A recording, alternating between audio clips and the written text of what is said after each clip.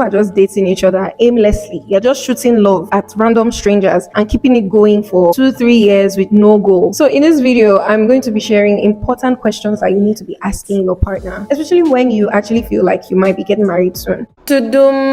Hey guys, welcome back to my channel. I'm Claire Idara. Welcome. I just want to say thank you. Honestly, like, you guys have blown my mind. 8K in 2 weeks. I never expected it. I didn't expect it at all. But honestly, like, I'm mind blown and I appreciate it. Today I'm here with another video about your relationship. Yes, and for you guys that say, yeah, I'm single Pringle. Yeah, this is also for you, for when you get to the point where you have to make a decision about your life and relationship. Because what I've been seeing outside is that you're just shooting love and keeping it going for 2-3 years with no goal. You're already calling him husband. You have saved his name, husband. You too, you saved that name, wifey. Wifey? Really? Are you serious? Continue. I mean, you need to go from asking, oh, have you eaten, to actually asking the questions that would most likely change your relationship status from engaged to single. It's better to move backward in this thing than to move forward aimlessly with somebody that would not say yes when things go tough. There was one great advice someone gave me, and it was like, even if you said yes to this person, as long as you haven't gone down the aisle, you still have the opportunity to say no. And there is no stigma. Let anybody think whatever they want to. Marriage is one decision that it makes or mars your life. So you have to make a good decision about it. And even some of us that make the good decision, let me tell you, like, it's still tough. So talk less of now making a decision just out of feelings. Dear, please, but let me just get right to it and ask you the questions that you need to ask. So number one question, what is your parents' relationship like? Are they divorced? Are they separated? Are they together? It's important to kind of know where your partner's understanding of marriage is like. It doesn't mean that if your partner comes from a divorced home, they probably will divorce you too. It just gives you understanding on the things to pray for and how to engage your partner on conversations about staying the course. And also, because they are coming from a family that is loving, doesn't even mean that the parents are loving themselves, right? It's good to just have these conversations to understand your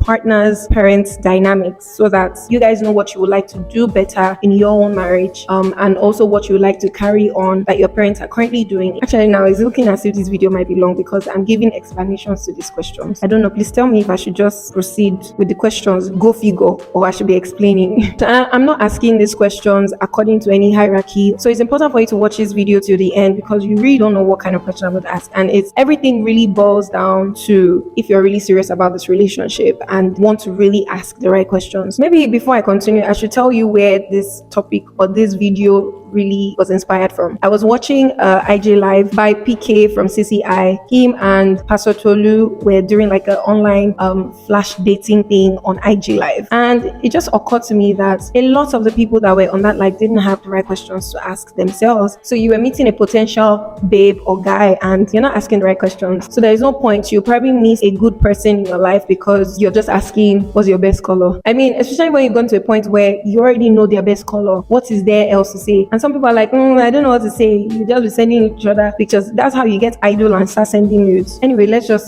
stay focused. God, I realized that I needed to do this video. I was on that IG Live giving the people on that live like tips, questions to ask, and everybody was like, oh my God, Claire, you have to do an ebook about questions that we should be asking. But you know what? I said to myself that I have a community here on YouTube and you guys deserve to get it first. So even if I decide I want to do any ebook, you guys get it for free. So please don't dull. And if you're new here, you're meeting me for the first time, I'm Claire Idara. Please subscribe, like this video, give it a thumbs up if you already are enjoying my vibe, and share the video as well. So number two question, will any of your family members be living with us? Especially if you are dating outside of your tribe, it's important to ask this question because different tribe, different wahala. And maybe we shouldn't be seeing it as, different wahala, because it's not really wahala. I mean, it's just culture, right? So ask the question, will any of your family members be living with us? Especially if you're courting a guy who is the firstborn and sort of has responsibilities for his siblings, there's a likelihood that his siblings will move into your house at some point, maybe for holiday or whatever. How do you feel about that, or are you comfortable with that? Same goes with the girl. Like, the girl you're dating loves her mommy so much that her mommy decides that she wants to come and be living in your house. She stays 1 week and doesn't want to leave after 1 month. One question that I asked Aka when we're dating was, and I didn't really phrase it this way, but I will rephrase it just to avoid controversy. So this question is, if I were pregnant and we had to save the mother or the baby, who will you be saving? Are you saving the baby or you're saving my life? Please, we have to know. Let's just know right now if you're going to save a stranger or you're going to save me. Because when the doctor comes, if you have been waiting for baby for 10 years and the doctor comes and says, this is a very critical situation, are you saving your wife or you're saving the baby? One question that I wish that I asked while I was dating was, will you be okay if I wanted to relocate to another country? And how will we sort of work around that dynamic? So if your partner, the guy, asks that question, if you're the girl, ask that question, because it's important to know what sacrifices each person will be making in advance. This one is for the girls, but please, when there's conflict in your relationship, how are you handling it? And are you calling third party? Immediately something happens, you are picking up your phone to call somebody to tell the person what she did or what he did. You have to be smart. And let me just give you a tip. You have to be smart in the way you're asking these questions to your partner, so they don't code and start giving you textbook answer. You need them to be genuine, and maybe as you ask them to ask you back, so that, or you just give your own response to. It's good to know, but maybe the way I'm asking this question, you're understanding the ideal answer, so that when the person gives something off, you can be like, clearly you are not the one for me. What's your genotype? That question is very important. You know it even while you're dating. How often do you do a medical checkup? I think you should not also confuse dating and courtship. Dating, courtship are two different things. Maybe I'll go into another video. For the meantime, you can just go on Google and type what's dating, you know what, I will help you. I'll put it on the screen. Dating, courtship. When you are fighting, are you going to be sleeping in the same room or you're going to be sleeping in different rooms? My stance, no separate rooms, dear. This is why when you are just getting married, it's important to get a room or get a house that is, if you are from a humble beginning like me, get a 2-bed or a 1-bed. Just let it be you and the partner. There is nowhere you are running to. And if it's 2-bed, don't put bed in the other bedroom. Let it be your workroom. Let nobody be able to run anywhere. If they want to go and suffer themselves, let them sleep on the couch and make the couch uncomfortable so that nobody can sleep anywhere. I can't sleep outside the house. You know, something that I also did was when we're picking our mattress for our house, we had the opportunity to pick a king size bed, but we didn't. We picked the double bed or a queen's bed. A bed that's no how. Even if you are fighting, your leg will touch my leg. Yeah. Obviously, how many kids do you intend to get? Do you feel like birth controls are like abortion? You should have this discussion ahead. They either want to take birth control, they now start fighting and reporting you up and down that you're killing a baby. Please decide, when do you want to have kids? How many kids do you want to have? God will decide a lot of things for you, you know, but you should also have in your head what you want and leave those things in prayer to God. And if there be any case that you're unable to have kids, are you guys open to adoption? I remember when Aka said to me that, he would like to have his own kids and still adopt. I had a problem with that, because I'm like, I don't know if I'll be good with raising another person's child, because I don't even know if I'll be good with raising my own child. So that would be a reach. But I think over time, I kind of like prayed about it and eased myself into that. And one thing he did was he bought a book on adoption, and I read a little bit about it, and it kind of gave me peace of mind. But the truth is, asking these questions does not mean that this is what's going to happen in your life. This person that you're asking that says, oh yes, I really want you to do adoption, in the next 3-4 years, they may not want the same thing anymore. People change. So, but it's still good to ask the question. Again, if you haven't yet given this video a thumbs up, now is the opportunity. I'm going to give you 5 seconds. Just go and thumbs it up now. People need to watch this video, because you don't want your sister or your brother to marry nonsense people. Let them know now questions that they're supposed to be asking their boyfriend and girlfriend. It's not by 5 years dating. Oh, we've been dating for 5. It's not by that. Another question, please listen now. How did your last relationship end? Some people will tell you, oh, I broke up with my girlfriend, or she broke up with me, he broke up with whatever. They don't give you the details. Please let us know. At least, maybe at the beginning of your relationship, get through all that initial, oh, I dated 3 people before you. Yes, but after a while, it's good to know the details of these things. And if you actually don't feel like knowing the details, maybe you don't know it, but at some point you have to, so that in the future it doesn't spring up and then you start getting your feelings. Get your feelings now and get it out of the way. Then you now ask the girl or the boy, what are your views on cheating? Is emotional cheating as bad as physical cheating? Is cheating, or are you cheating? Is anybody that is cheating is cheating? When it now comes to money, you now ask, are we having joint accounts? Are you comfortable saying our money is my money is your money? Are we comfortable with that statement and that dialogue? Or is your money your money? How are we teaming up financially? How are we going to be setting goals with our money? I'm going to tell you, money is one very serious part of marriage that if you don't get a rhythm around it early enough, it could easily cause problems for you in the future. When you even talk about money, you want to ask, are we tithing as a family? Do you tithe? Do you give offerings? Do you give donations? Do you help the needy? How often do you send money to your parents? You don't want money to become a problem when you're married, because it's raz. I'm going to say it is raz. It's raz to be fighting about money in marriage. Start having that conversation now. Are you comfortable sharing your cards with me? Are you comfortable giving me your passwords to your account, password to your phones? Am I comfortable? You yourself that you're asking the question, you need to be asking yourself too. Let's not be as if you are just shooting fire at somebody. Are you comfortable sharing your passwords with the person? Trust. Is it a thing for you? Or you're just all about loyalty? A question that some people would easily bypass is allergies. Are you allergic to any food, or do you have any underlying health issues? It's good to ask now, because there'll be times where you need to just be the next of kin, filling a form,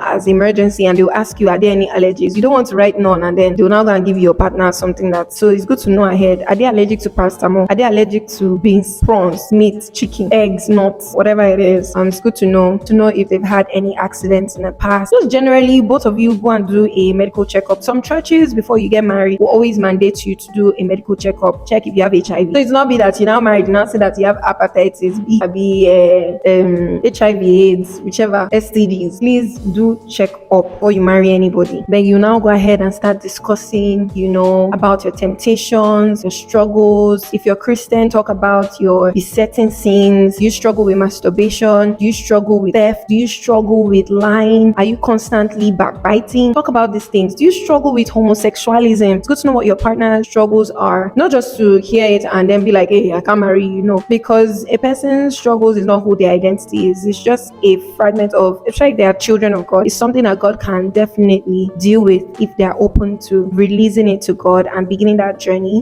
But you have to know, it's not just by, the person is coming to church every day, or you guys pray every day. Does the person desire weed? A low-key, occasional drinking, but if they leave a bottle with you, you finish the whole bottle.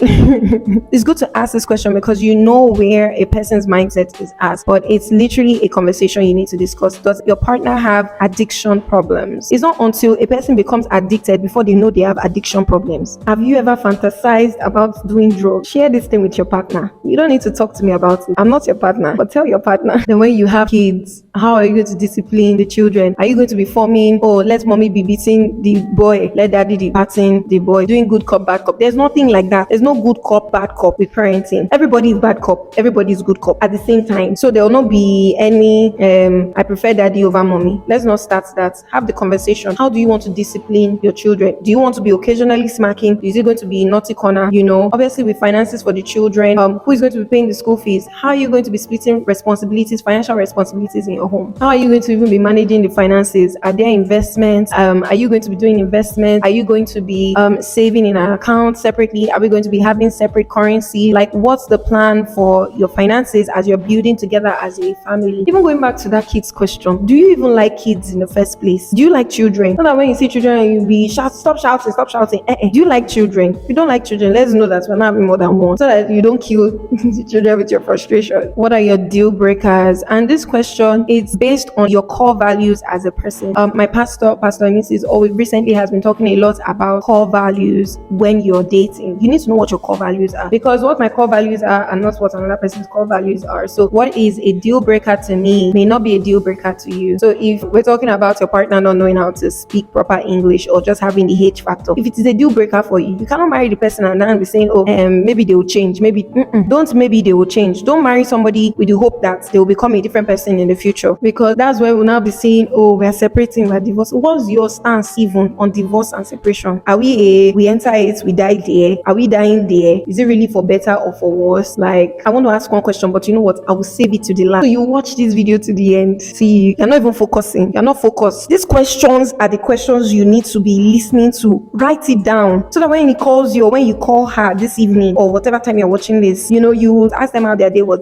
Give them this question. I don't even know if your partner will be able to answer it genuinely, but are you dealing with anger and loss? And from this is my own experience. So these two questions, anger and loss. I remember there was a time that when I was dating Akad, I just randomly asked him that what is one thing that you easily do to other people you would rather not do to me? So I don't remember what his response was, but I remember what I told him. I said vengeance, because where I was then when I was 21, I was in a if you do me, I do you. Like, if you come at me, come at you twice. so vengeance. I was badly behaved. Because I asked that question and shared my answer, when certain things arose in our relationship after we got married, it was easy to trace it back to, okay, this has been stated before, but then it gives us the ability to know how to remove and pray and manage a situation to avoid certain things. And you're married and watching this, please can help them to explain in the comment section. If there are any questions that I didn't mention at all in this video, it kind of occurs to you, or if you know any other questions that I didn't ask in this video, please put it in the comment section. I will do a part 2, but for now, let's get this video to 3 million views.